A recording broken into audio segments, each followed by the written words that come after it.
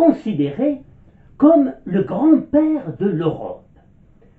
Il gouverna en son temps un immense empire s'étendant de la Bretagne à l'ouest jusqu'à la Bohême à l'est et de la Saxe au nord jusqu'aux Pyrénées, avec une partie de l'Italie pour les frontières sud.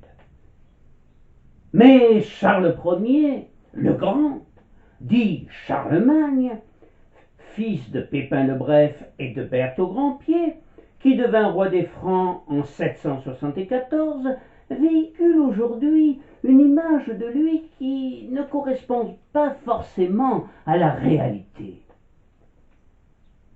Qui était vraiment cet empereur débonnaire à la barbe fleurie?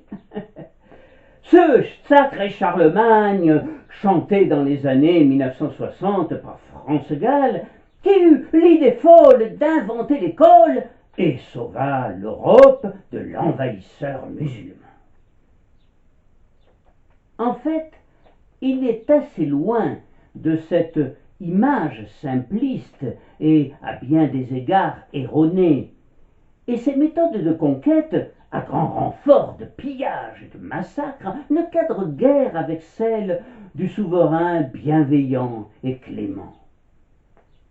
Et d'abord, il ne portait pas la barbe, mais une grosse moustache caractéristique de la mode franque.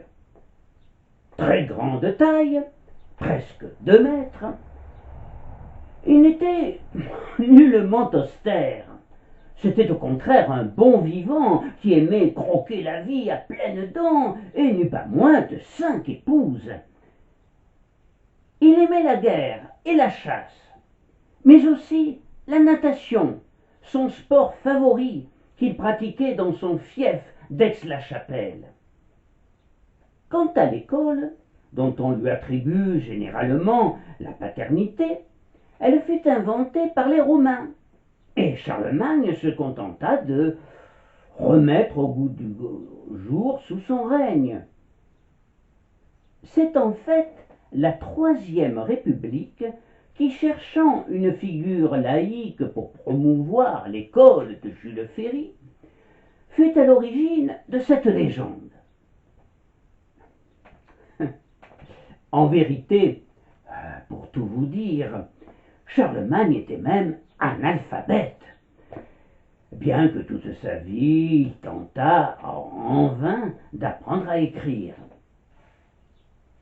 Enfin, contrairement à ce qui a pu être écrit après sa mort et qui révèle de la mythologie, il ne mena jamais de grands combats contre les musulmans installés en Espagne.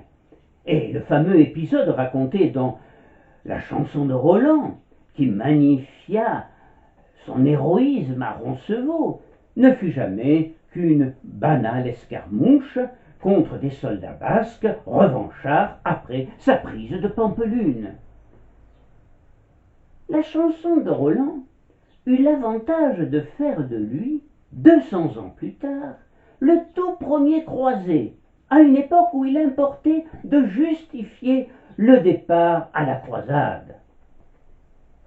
En revanche, il est incontestable que Charlemagne fut bien sacré empereur d'Occident à Rome en l'an 800, le jour de Noël, par le pape Léon III. Par ce geste, l'héritier du trône de Saint-Pierre lui signifiait qu'il ne devait son pouvoir temporel qu'à Dieu et donc à l'Église. Après Charlemagne, il fallut attendre quelques 10 siècles pour que, venu d'une petite île peu connue de la Méditerranée, qui ne fut même pas toujours française, un nouvel empereur émerge.